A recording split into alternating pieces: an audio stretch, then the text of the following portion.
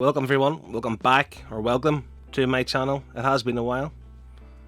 I have picked up some books over the summer, and a comic haul is always a good video to get back into. It's usually so easy to make.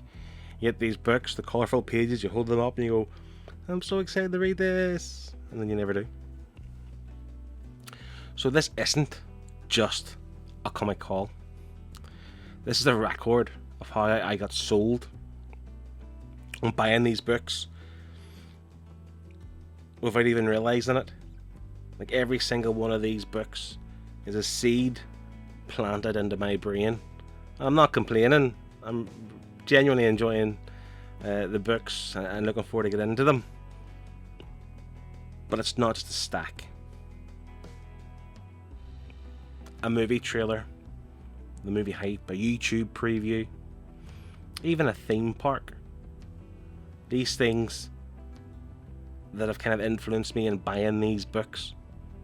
But I've learnt from all the books on my shelves that if I don't read these now, or read these next, they'll end up sealed, sitting on the shelf, gathering dust, just waiting for that inspiration to strike once again.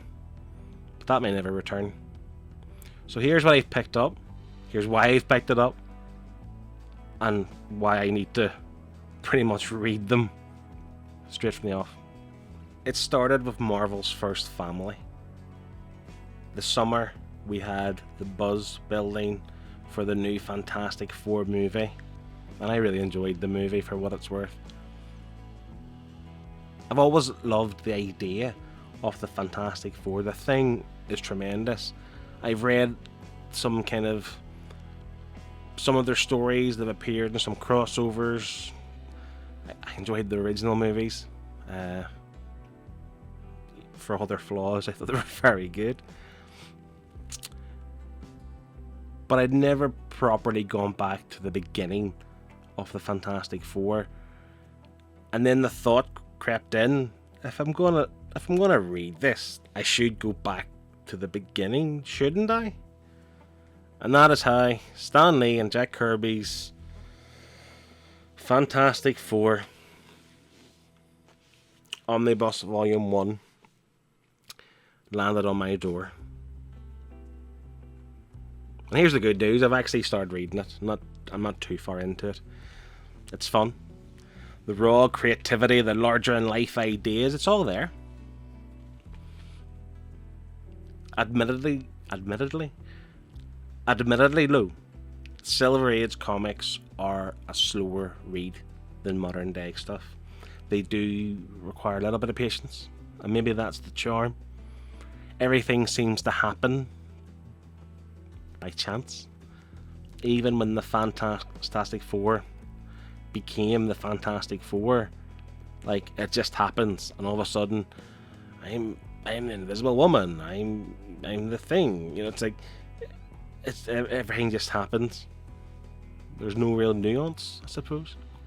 And that's me reading it early doors. I'm sure it'll change. But it does very much feel like you're stepping into the very foundation of the Marvel universe, and the way Stan Lee created the comics. Was it the Marvel method or the Marvel way? I very much feel that when I read this book. And again, I made a point to start to read that straight away, in fear of that kind of interest dying down. So I'll read it. But I'm not going to continue with the omnibus format for the Fantastic Four. I already know I'm not going to. There's another format which I'll maybe get to in a different video. It's the Marvel Epic Collections. And I've already committed to that's how I'm going to collect the Fantastic Four, because I've enjoyed it so far this much. I know I want to read it all, but I'm not going to pay the money for the omnibus. Epic Collections are the way to go. You can blame Martin from Sonic Comics for that influence. Ironically, isn't it? If you know me, you know I am a big fan of Venom. It's one of the few characters that I can confidently say I will collect everything. Everything minus Al Ewing's current run. But so when Marvel dropped the Agent Venom Omnibus, I picked it up. Did I need to pick it up straight away? No. I have read the Donny Cates run. I have read Absolute Carnage Omnibus. I read some stories from the original Venom. But there's currently 1, 2, 3, 4. This is the 6th Venom, including Absolute Carnage. It's the 6th Venom Omnibus I have. So I didn't need to pick this up now. But there's something like, it's like a trigger tells me that this may one day go out of print. I have no idea why. Surely the days of omnibuses going to print are long gone. Everything gets reprinted eventually. But I had to have it now. Agent Venom. This is Rick Remender on the main run. There's a whole host of other issues, one-shots and so forth, mini-series involved in this. It's a big chunker of a book. But say Rick Remender is the main writer on this. Flash Thompson's on this in the suit. He's Agent Venom. I'll get to it one day. Then there's Ultimate Spider-Man. I have Volume 4 here. I have Volumes 1, 2 and 3, as well as the Death Off on the shelf. I've only read the first volume, but I loved it. But that was so long ago. This book has been out quite a while, and I didn't need to buy it now. But somebody, I can't remember who, I'd love to say to them, somebody somewhere, either on YouTube or Instagram, has suggested that this book might soon go out of print, or the stock was low, or something along those lines. It's like, right, okay, great. So that urgency, that panic, has triggered me to make this purchase now.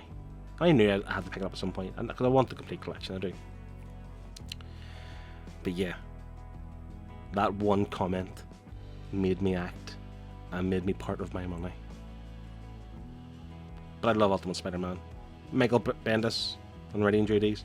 Stuart Immonen is on the art. Mark Bagley is not credited at all on that at all.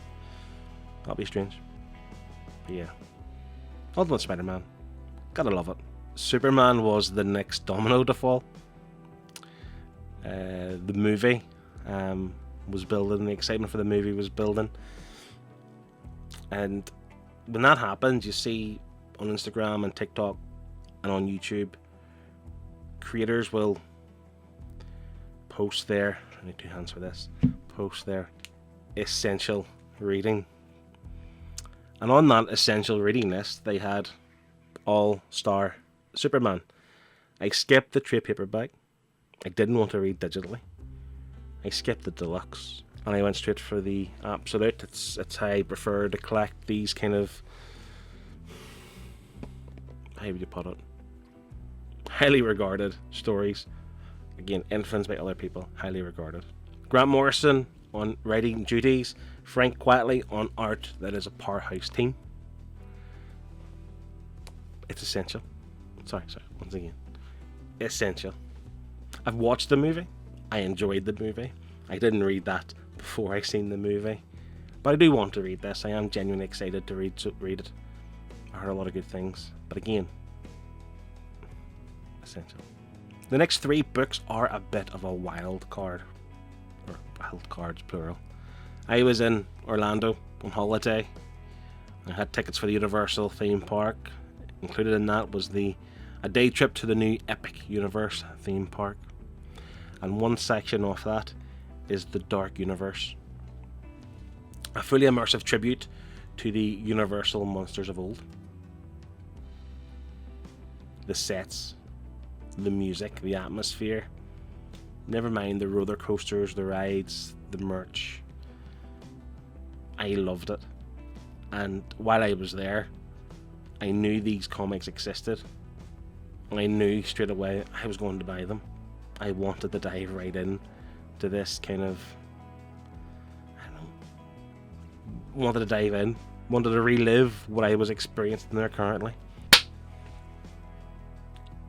So before I even boarded the flight home, I had these ordered from Amazon, and they arrived on the same day I arrived home. The Creature from the Black Lagoon Lives, Dracula, and Frankenstein. As I said, I don't even think there was much hype around these books. I hadn't heard too much talk about how good they were. If anything, quite the opposite. I'd heard disappointment in people who had looked forward to these. But I'm putting that down. My rationale is these books didn't live up to their hype. But my hype is just this park, and it was phenomenal. And I wanted to relive it. And I was influenced by these books. But I now believe that this kind of hype for these 3 books is the kind of hype that, I don't know, burns bright but fades fast. If I don't read these soon, they may just sit on the shelves for a long time, unread, gathering dust, waiting for that spark. Not everything in this haul is hype driven.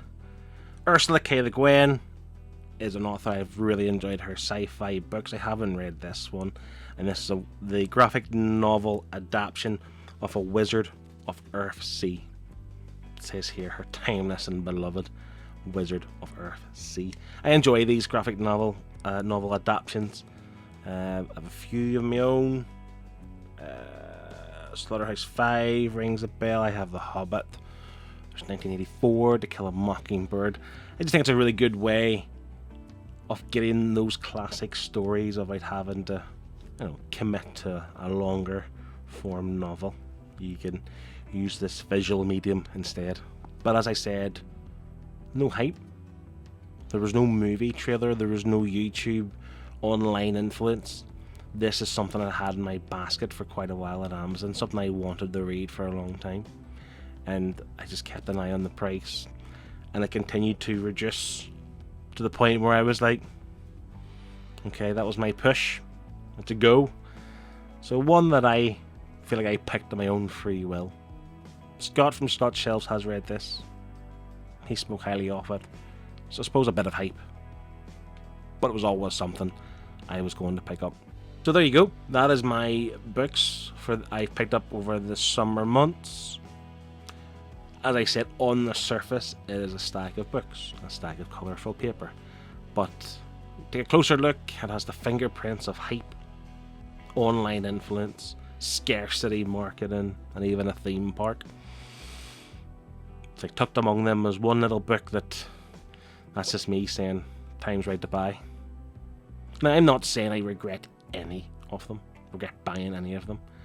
And I am genuinely excited to read them all.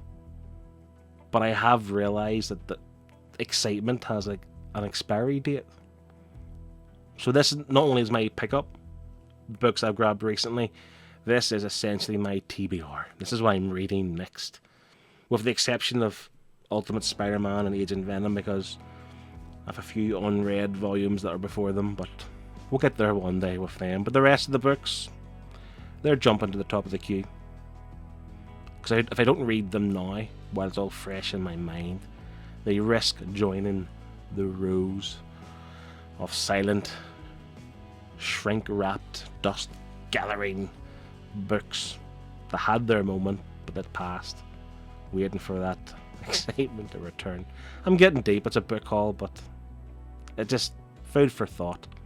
Let me know, what have you picked up? Do you read your books as soon as you grab them, or do you kind of put them on your shelf, awaiting that kind of intrigue, that mood, I suppose, to force you to pick that book up? Let me know what you think. Genuinely interested. Let me know. Thanks a lot. Thanks for watching. See you in the next one. See you later.